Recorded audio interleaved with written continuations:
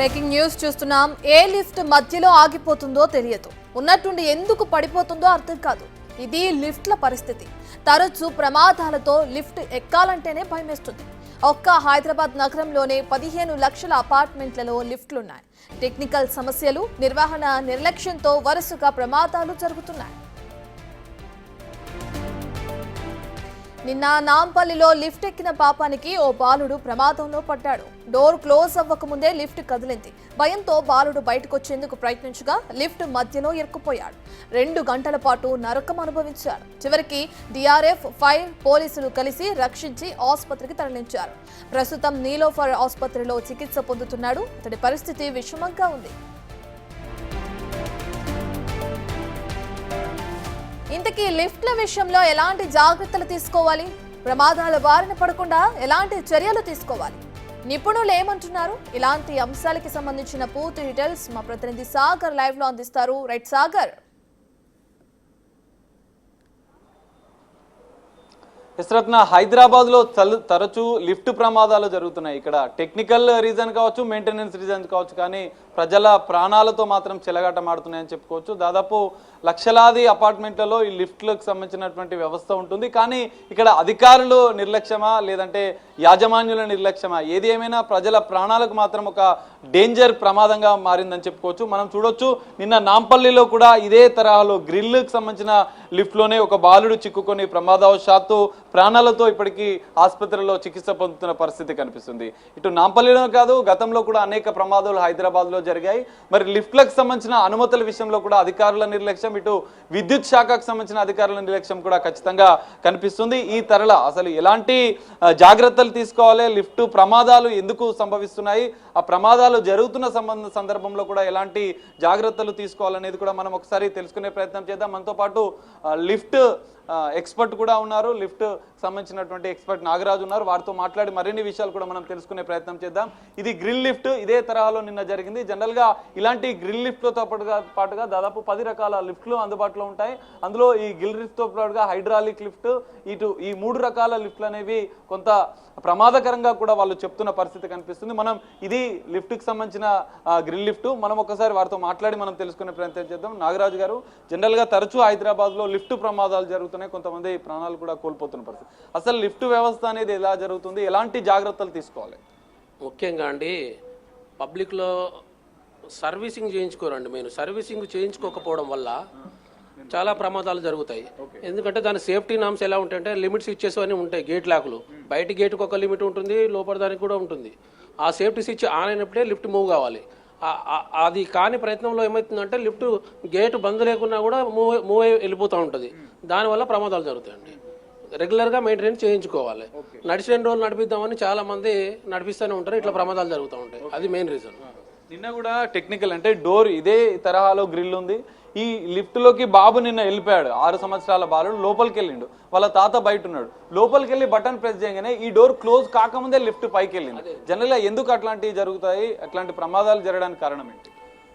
ఒకసారి ఇక్కడ రండి చూపిస్తాను. ఒకసారి చూడొచ్చు మనం. చెప్పండి. ఇక్కడ ఈ లాకు సేఫ్టీ అనేది ఉంటుందన్నమాట. దీన్ని రెగ్యులర్గా చెక్ చేయించుకొని మెయింటైన్ చేయించుకుంటే ఆ ప్రాబ్లం రాదు. ఈ గేటు నేను లిఫ్ట్ బటన్ నొక్కుతాను, మూవ్ కాదు. చూడండి ఒకసారి చూడొచ్చు, మనం లిఫ్ట్ బటన్ నొక్కినా కూడా మూవ్ కావట్లేదు. ఎందుకంటే ఇక్కడ ఉన్నటువంటి సెన్సార్ అనేది పనిచేయాలి. ఈ గ్రిల్ కి సంబంధించిన గేట్ అది జరిగినప్పుడు ప్రమాదాలు జరగవు. సేఫ్టీ ఉండాలి. ఎప్పుడైతే సేఫ్టీ ఉండదో, సరిగా మెయింటైన్ చేయించుకోమో, అలాంటి టైంలో గేట్ వేయకుండా లిఫ్ట్ మూవ్ అయినప్పుడు యాక్సిడెంట్ జరుగుతుంది కంపల్సరీగా. ఇది మనం రెగ్యులర్ చెకప్ చేయించుకోవాల్సింది. ఇప్పుడు మనం ఒకసారి ప్రయాణం చేసి చూద్దాం. ఇదే గ్రిల్ తరహాలో లిఫ్ట్ లో నిన్న ప్రమాదం జరిగింది కూడా. ఒకసారి ఈ డోర్ కూడా మనం క్లోజ్ చేద్దాం. ఇక్కడ లాక్ ఉంటుంది.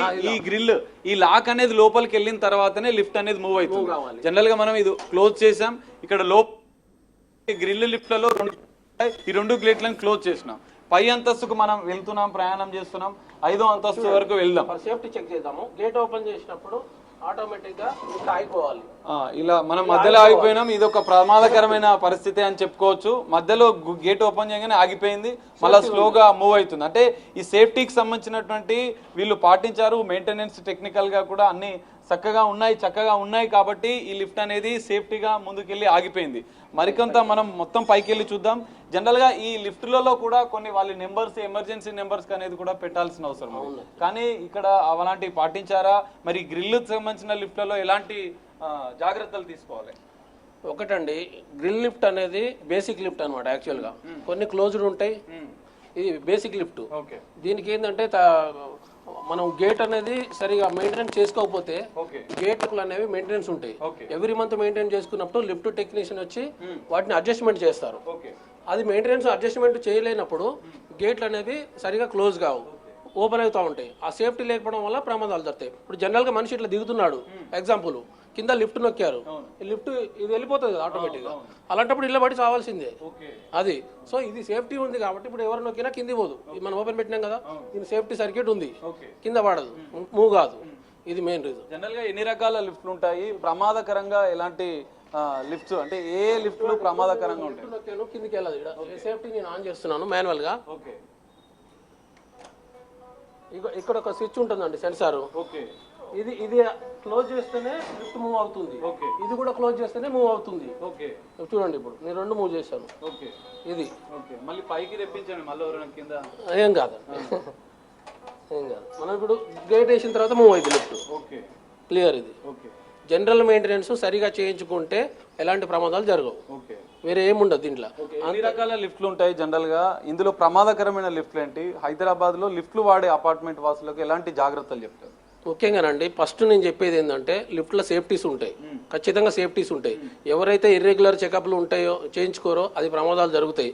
ఇక్కడ మీరు చూడండి, లిఫ్ట్లో 3 రోపులు ఉంటాయి జనరల్గా.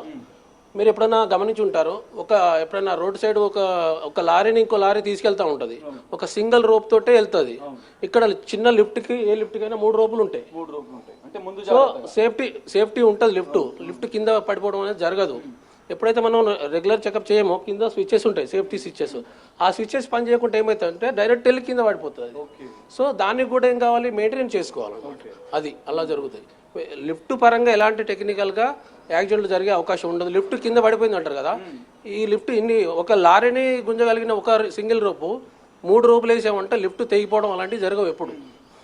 ఒక్కసారి అంటే కింద దబాల్మని పడిపోతూ ఉంటాయి. హైదరాబాద్ లో ఇలాంటి ప్రమాదాలు కూడా జరిగాయి. అవి మరి ఏ సందర్భంలో జరుగుతాయి? అదే అండి, ఇప్పుడు జనరల్గా దబాని పడిపోతున్నాయంటే ఒకటి మెయింటెనెన్స్ లేకపోవడం, ఒకటి ఎక్కవలసిన మనుషుల కంటే ఎక్కువ మంది ఎక్కినప్పుడు లిఫ్ట్కి అన్బ్యాలెన్స్ అవుతుంది. అది మోటార్ తోటి టెక్నికల్గా ఎలాంటి సంబంధం లేకుండా డైరెక్ట్ వెళ్ళిపోతుంది. అప్పుడు కింద జనరల్గా లీడర్స్ వాళ్ళు ఎక్కినప్పుడు వాళ్ళు ఏమంటే అనుచరులు ఉంటారు, వాళ్ళు చూసుకోరు, ఎక్కుదామని అనుకుంటారు. జనరల్గా పర్సన్ లిఫ్ట్ అంటాం కదా, పర్సన్ కాదు కెపాసిటీ లిఫ్ట్ ఉంటుంది. నేను ఒక వెయిట్ ఉంటా, మీరు ఒక వెయిట్ ఉంటారు జనరల్గా. సో ఒక కెపాసిటీ అనేది ఉంటుంది. ఆ కెపాసిటీ మించి ఎక్కినప్పుడు దానికి అన్బ్యాలెన్స్ అయిపోతుంది, అప్పుడు కింద పడిపోతుంది. అట్లా ఎన్ని రకాల లిఫ్ట్లు ఉంటాయి? అందులో ప్రమాదకరమైన లిఫ్ట్లు ఏంటి? ప్రమాదకరమైన లిఫ్ట్లు అంటూ ఏం లేవండి, రకరకాలు ఉంటాయి. హోమ్ లిఫ్ట్స్ అని, హైడ్రాలిక్ లిఫ్ట్స్, మెషిన్ రూమ్లెస్ లిఫ్ట్స్, ఇవన్నీ ఒక టెక్నాలజీ పరంగా నడుస్తూ ఉంటాయి. ఎప్పుడైతే మనము అన్బ్యాలెన్స్ కూడా ఎక్కడము, మెయింటైన్ చేయించుకోకపోవడము, దీనివల్ల ప్రమాదాలు జరుగుతుంటాయి అన్నమాట. అంటే నిన్న తాజాగా నాంపల్లిలో ఒక బాలుడు లిఫ్ట్కి గ్రిల్కి మధ్యలో చిక్కుకొని దాదాపు 3 గంటలు కూడా ఇబ్బంది పడ్డాడు. ప్రాణాపాయ స్థితిలో ఇప్పటికీ హాస్పిటల్లో ట్రీట్మెంట్ తీసుకున్నాడు. సో చిన్నపిల్లల విషయంలో అపార్ట్మెంట్లలో, ఇటు హాస్పిటల్స్లో, ఇటు మిగతా ప్రైవేట్ సంస్థల్లో, విద్యా సంస్థల్లో కూడా, స్కూళ్ళలో కూడా తరచూ పిల్లలు ఎక్కుతూ ఉంటారు.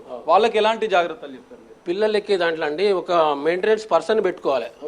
ఏది కమర్షియల్గా నడిచే వాటిలో మాత్రము ఒక సర్వీస్ పర్సన్, ఇది ఒక వాచ్మెన్ కానీ లేకపోతే లిఫ్ట్ ఆపరేటింగ్ కోసమే ఒక మనిషిని పెట్టుకుంటే వాళ్ళు కొంచెం చూసుకుంటారు అనమాట. ఎక్కిరా లేరా, ఆయన ఎట్లా కంట్రోల్ చేయాలో కొంచెం వాళ్ళకి బేసిక్ ఐడియా ఉంటుంది. అలాంటప్పుడు ప్రమాదాలు జరగవు. చిన్నపిల్లలు ఏంటంటే వాళ్ళు సరిగా చూసుకోరు, అలాంటివి జరుగుతుంటాయి ప్రమాదాలు. అట్లా స్కూళ్ళల్లో కానీ హాస్పిటల్లో కానీ కమర్షియల్గా నడిచే చోట కొంచెం ఎవరైనా ఒక ఆపరేటర్ని పెట్టుకుంటే చాలా బెటర్. జనరల్గా ప్రజలు, హైదరాబాద్లో ఉన్న ప్రజలు లిఫ్ట్ విషయంలో టెక్నికల్గా కానీ ఇతర ప్రాబ్లం, ఎందుకంటే పవర్ ఆఫ్ అయినప్పుడు ఇతర కారణాల వల్ల లిఫ్ట్ ఒక్కసారిగా ఆగిపోతుంటుంది. అట్లాంటి సందర్భంలో ఎలాంటి జాగ్రత్తలు తీసుకోవాలి? పవర్ ఆగిపోయినప్పుడు అండి, యాక్చువల్గా ఇప్పుడైతే నవే డేస్లో ఖచ్చితంగా ఆటో రెస్క్యూ డివైస్ అని ఒకటి ఉంటుంది. కరెంటు పోయినా కూడా నెక్స్ట్ ఫ్లోర్కి వెళ్ళి ఆగుతుంది ఆటోమేటిక్గా. ఆ యూనిట్ లేనప్పుడు మధ్యలో ఆగిపోతుంది. మధ్యలో ఆగిపోయినప్పుడు అక్కడైతే ఎవరైతే సర్వీస్ పర్సన్ వాచ్మెన్ కానీ ఎవరైనా కానీ ఉన్నారనుకోండి, ఇది చూడండి, ఇది ఎమర్జెన్సీ ఓపెనింగ్ కోసం పెట్టాము. సో ఒక స్టిక్ పెట్టి ఇట్లాంటి ఇది ఓపెన్ అయింది. ఒకవేళ అటు ఇటు కాకుండా మనిషి ఉంటే మాత్రము ఏదో చైరో ఏదో వేసుకొని బయటకు వచ్చే అవకాశం ఉంటుంది. ఇది మనం కీలక అంశంగా కూడా చెప్పుకోవచ్చు. చాలా మందికి ఇది అవగాహన లేకపోవచ్చు. జనరల్ గా లిఫ్ట్ ఎక్స్పర్ట్ కూడా చెప్తున్నారు, ఈ తరహా లిఫ్టులు ఉన్నా కూడా అన్ని ఫ్లోర్లలో ఒక ఎమర్జెన్సీకి సంబంధించినటువంటి ఒక కీ ఉంటుంది. ఇందులో ఒక స్టిక్ పెట్టి ఎవరైనా మధ్యలో ఆగిపోయిన సందర్భంలో కూడా ఇక్కడ ప్రతి ఫ్లోర్ లో ఇది ఉంటుంది కదండి, ప్రతి ఫ్లోర్ లో ఇది ఉంటుంది. ఒక స్టిక్ పెడితే ఈ డోర్ అనేది ఓపెన్ అవుతుంది. ఈ స్టిక్ పెట్టి ఓపెన్ చేయొచ్చు. మనం ఒకసారి ఓపెన్ చేసే ప్రయత్నం కూడా చేద్దాము. ఎందుకంటే ఈ స్టిక్ పెట్టి ఓపెన్ చేస్తే మిగతా వాళ్ళు అందులో ఉన్న చిక్కుకున్న వాళ్ళు కావచ్చు, లేదంటే మిగతా వాళ్ళు ఎవరైనా కూడా ఒక మధ్యలో ఉన్న సగానికి ఆగిపోయినా కూడా వాళ్ళని బయటికి తీసుకొచ్చే అవకాశాలు కూడా కనిపిస్తున్నాయి. ఈ తరహా నిబంధనలు కూడా కొన్ని పాటిస్తే లిఫ్ట్ ప్రమాదాలు జరగకుండా ఉంటాయని చెప్తున్నారు. ఈ నేపథ్యంలో ఇంకా మీరు ఎలాంటి జాగ్రత్తలు సూచిస్తారు? ఎందుకంటే ప్రమాదాలు జరుగుతున్న నేపథ్యంలో ప్రజలు ఎలా అప్రమత్తంగా ఉండాలి? జనరల్గా లిఫ్ట్ మెయింటెనెన్స్ అనేది కూడా ఇక్కడ కీలకం. జనరల్గా లిఫ్ట్ మెయింటెనెన్స్ అనేది చాలా మంది చేపించకుండా ఉంటారు, అపార్ట్మెంట్లో ఉన్నటువంటి నిర్వాహకులు కూడా. జనరల్గా ఎన్ని రోజులకు ఒకసారి లిఫ్ట్ మెయింటెనెన్స్ చేయాలి? ఎన్ని రోజుల వరకు దీని యొక్క కాలపరిమితి ఉంటుంది? ఎవ్రీ మంత్ చేయించుకోవాలండి లిఫ్ట్ అనేది. ఎవ్రీ మంత్ ఖచ్చితంగా చేయించుకోవాలి. వాళ్ళు వచ్చిన టెక్నీషియన్ ఏంటంటే లిఫ్ట్ బ్రేక్ కూడా ఉంటుంది, పైన బ్రేక్ సెట్టింగ్ అనేది ఉంటుంది. ఆ సెట్టింగ్ పోయినప్పుడు కూడా స్లిప్ అయిపోతుంది లిఫ్ట్. సో ఇవి తెలియదు కదా జనాలకి. పబ్లిక్ అందరు కూడా ఒకటే నేను చెప్తున్నాను, రెగ్యులర్ చెకప్ చేయించుకోండి టెక్నీషియన్ తోటి, ఎలివేటర్ టెక్నీషియన్ తోటి. నడిచిన రోజులు నడిపిద్దామంటే ప్రమాదాలు జరుగుతాయి. అలాంటి ప్రమాదాలు జరగకుండా ఉండాలంటే రెగ్యులర్ చెకప్ చేయించుకోవాలి. అది క్లియర్. ఎన్ని సంవత్సరాల లిఫ్ట్ కాలపరిమితి ఎన్ని సంవత్సరాల వరకు ఉంటుంది ఒక లిఫ్ట్ కాలపరిమితి అంటే ఏముందంటే ఎస్పీఆర్ పోతే అది మార్చుకుంటా ఉంటే ఎన్ని రోజులైనా ఉంటుంది. దీనికి ఇది మెషినే. దాన్ని రెగ్యులర్గా చెకప్ మెయింటైన్ చేసుకుంటే ఎన్ని సంవత్సరాలనే ఉంటుంది. జనరల్గా అయితే 15 years, రోప్ కూడా 15 years పనిచేస్తుంది. ఆ తర్వాత రోప్ మార్చుకోవడం, మెషిన్ పోతే మెషిన్ మార్చుకోవడం. రెగ్యులర్ చెకప్ చేసుకుంటే ఏ స్పేర్ పోతే ఆ స్పేర్ మార్చుకుంటా ఉంటే ఎప్పుడైనా పనిచేస్తుంది, దానికి ఇబ్బంది ఏం లేదు. జనరల్గా 10 సంవత్సరాల తర్వాత కూడా లిఫ్ట్కి సంబంధించిన వ్యవస్థ ఇట్లాంటి టెక్నికల్, నిన్న కూడా ప్రమాదం జరిగిన అపార్ట్మెంట్లో కూడా అసలు గ్రిల్ అనేది పూర్తిగా పనిచేయకుండా ఉంది. 10 సంవత్సరాల తర్వాత ఉన్నటువంటి ఇలాంటి అపార్ట్మెంట్స్లలో లిఫ్టుల వ్యవస్థలో ఎలాంటి మార్పులు చేయాలి జనరల్గా అంటే ఇంకో మెయిన్ పాయింట్ చెప్తున్నాను. మేము ఇక్కడ మన తెలంగాణలో మన ఎలివేటర్ యాక్ట్ అనేది లేదు. ఒక గవర్నమెంట్ నుంచి ఒక జియో వస్తుంది అనమాట. లిఫ్ట్ సేఫ్టీకి సంబంధించి గవర్నమెంట్ ఒకటి చెక్ చేయాల్సి ఉంటుంది. అదర్ స్టేట్లలో ఉంది, ఏది ముంబై కానీ, చెన్నై కానీ, బెంగళూరు కానీ అన్ని చోట్ల ఉంది. లిఫ్ట్ యాక్ట్ అనేది ఇక్కడ లేదు.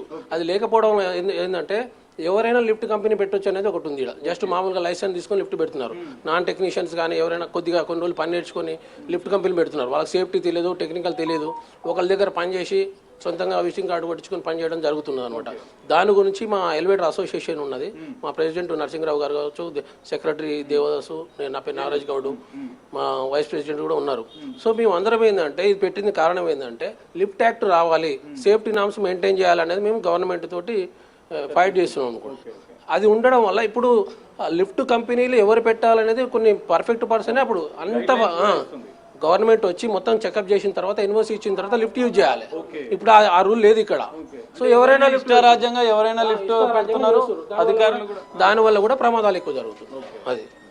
అది మెయిన్ పాయింట్. ఇది పరిస్థితి మనం చూస్తున్నాం. తరచూ హైదరాబాద్లో జరుగుతున్నటువంటి లిఫ్ట్ ప్రమాదాల పట్ల ఖచ్చితంగా అప్రమత్తంగా ఉండాలి. కొన్ని జాగ్రత్తలు, ఇప్పుడు లిఫ్ట్ ఎక్స్పెక్ట్ చేసినటువంటి జాగ్రత్తలు కూడా పాటించాలి. ఎమర్జెన్సీగా ఒకవేళ లిఫ్ట్ ఆగిపోతే కీలకంగా మనం చూడవచ్చు, ఈ తరహా ఇది ఎమర్జెన్సీకి దీన్ని ఓపెన్ చేసి కూడా లిఫ్ట్ ప్రమాదాల నుంచి బయట చాలా మంది అవగాహన లేక అందులోనే చిక్కుకొని అరుస్తూ ఉంటారు లేదా ఇబ్బందులు పడుతుంటారు. ఈ నేపథ్యంలో ఈ తరహా జాగ్రత్తలు పాటించి హైదరాబాద్ నగరంలో ఉన్న వాసులు కూడా ఖచ్చితంగా జాగ్రత్తలు పాటించి లిఫ్ట్ ప్రమాదాల నుంచి బారిన పడకుండా ఉండాలని చెప్పి వారు సూచిస్తున్న పరిస్థితి. ప్రభుత్వం కూడా లిఫ్ట్కి సంబంధించినటువంటి యాక్ట్ ఒకటి రావాల్సి ఉంది. ఎందుకంటే సరైన గైడ్ లైన్స్ లేకుండా హైదరాబాద్లో అనేక అపార్ట్మెంట్స్లో ఎవరు పడితే వారు లిఫ్ట్ ఏర్పాటు చేసుకుంటారు. అధికారుల అనుమతి తీసుకోరు, ఇటు విద్యుత్ శాఖ అనుమతి తీసుకోకుండా నిబంధనలకు విరుద్ధంగా లిఫ్ట్లను ఏర్పాటు చేయడం వల్లనే వాళ్ళకు నిర్వహణ లోపం ఉండడం వల్లనే ఈ తరహా ప్రమాదాలు జరుగుతున్నాయి. ప్రభుత్వం ఇటు అధికారులు కూడా, జిహెచ్ఎంసీ విద్యుత్ శాఖ అధికారులు కూడా ఈ లిఫ్ట్ ఏర్పాట్లు నిర్వహణ విషయంలో కూడా కొన్ని కీలకమైన గైడ్ లైన్స్ ఇవ్వాల్సిన అవసరం కూడా మనకు ఖచ్చితంగా